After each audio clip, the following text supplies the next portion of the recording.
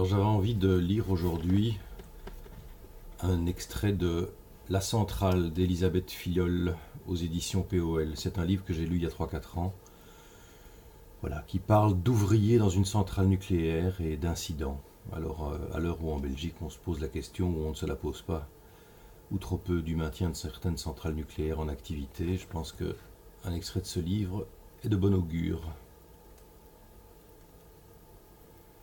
Après l'incident, on s'est occupé de moi. Il y a des intervenants pour ça, des étapes obligatoires, une méthode. J'ai été le cas sur lequel on déroule la procédure, et c'est une chose bien connue que, chaque cas étant unique, celle-ci à un moment ou à un autre doit être adaptée.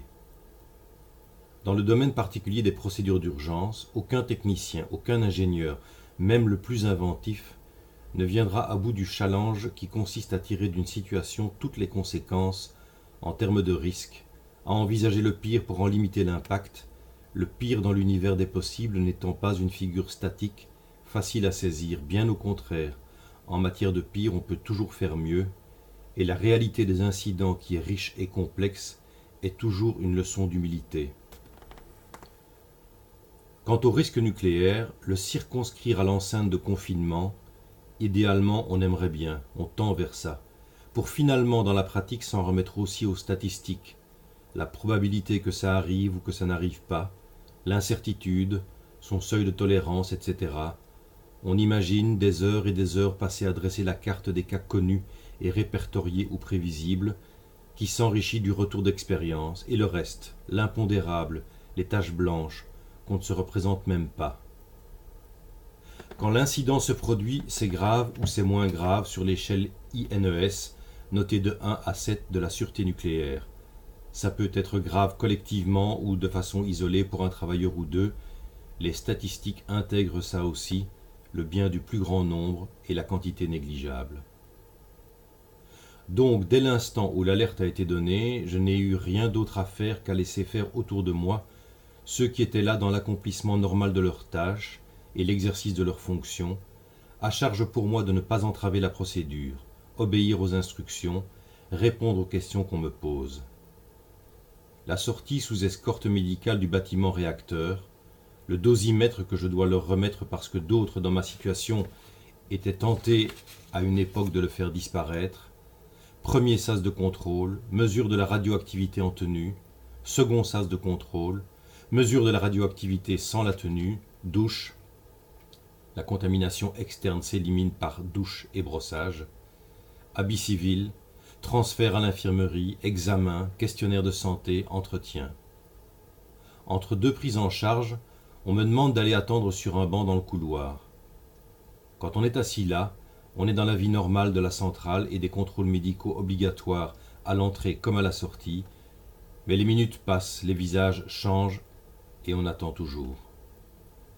Une certaine lassitude physique s'installe, qu'on n'identifie pas encore mais qui va aller crescendo, et qui explique sans doute la sensation de vivre ça un peu dans un état second, non pas de somnambulisme ou de rêve, mais de détachement, une sorte d'indifférence à ce qui pourrait arriver dans les prochaines heures, alors à plus forte raison dans les mois ou les années à venir.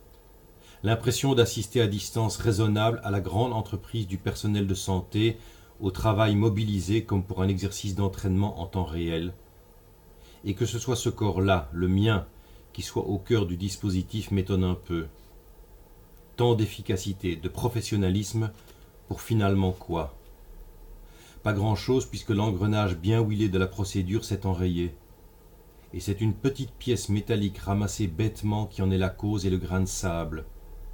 De l'avoir ramassée après coup, on se le reproche suffisamment, pas la peine d'en rajouter, et pourtant il y a bien quelque chose de cet ordre qui flotte dans l'air.